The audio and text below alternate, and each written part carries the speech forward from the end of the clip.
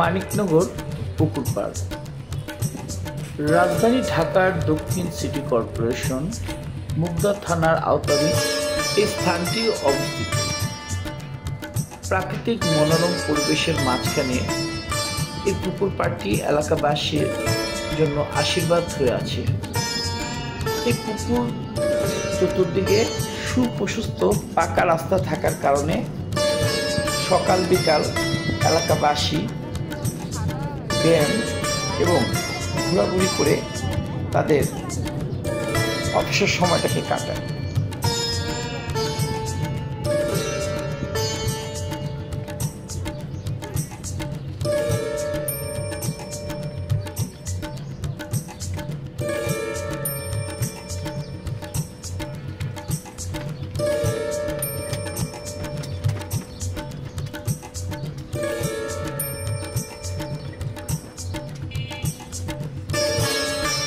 যান্ত্রিক কোলাহল ঢাকা থেকে একটু স্বস্তির নিঃশ্বাস ফেলতে এলাকাবাসী সকাল বিকাল এই পুকুর পাড়ে অবস্থান করে।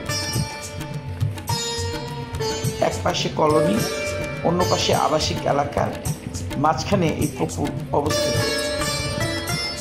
মানিকনগর পুকুর পাড় সরেজমিনে এসে দেখা গিয়েছে চতুর্দিকে সংস্কারের কাজ চলছে এবং পুকুর পাড়টিকে আরও যাতে সুন্দর করা যায় সে ব্যাপারে কর্তৃপক্ষ সর্বদাই কাজ করে যাচ্ছে। মুগদা, মান্ডা, মানিকনগর, ধলপুর এবং যাত্রাবাড়ি থানার অধিবাসীরা এখানে এসে তাদের পরিবার পরিজন নিয়ে কিছুটা বিনোদনের জন্য সময় কাটায়। মানিকনগর পুকুর পাড়ের চতুর্দিকে সারি সারি গাছ যা পুকুরটির সৌন্দর্য আরো বাড়িয়ে দিয়েছে।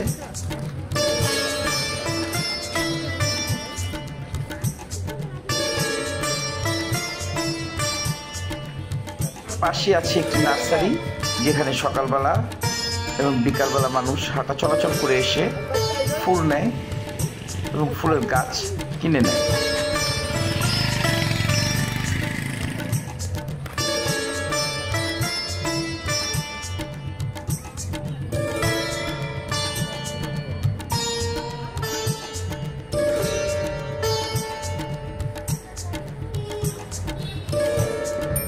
মানিকনগর পুকুর পাড়, এর আগেও এই পুকুর পাড় নিয়ে আমি অনেক নিউজ করেছি। এখন দেখা গেছে যে পুকুর পাড়টা মোটামুটি সংস্কারের কাজ চলছে। তো সকালবেলা হাঁটলাম, হেঁটে পুকুর পাড়ের পাশেই ফুলের বাগান নার্সারি দেখলাম, নার্সারি থেকে ফুল নিলাম দুটা। একটা নিলাম হলো ভাই এটা কি গাছ? কামিনী ফুল। কামিনী ফুল। আর ওইটা অপরাজিতা। কামিনী ফুল এবং অপরাজিতা দুইটা ফুল নিলাম। তো সকালবেলা এই জায়গার পরিবেশটা খুবই সুন্দর, সবাই এখানে হাঁটে, সকাল বিকাল এখানে হাঁটে এবং এইখানে মনে হয় মানুষদের মেলাও বসে না? বিকালবেলা মেলা বসে, মেলাটা কিন্তু ও এখানে মেলা অবশ্যই। তো প্রিয় দর্শক মন্ডলী, আসার আমন্ত্রণ এলো মোহাম্মদ ইদেমিন অ্যাপোলো।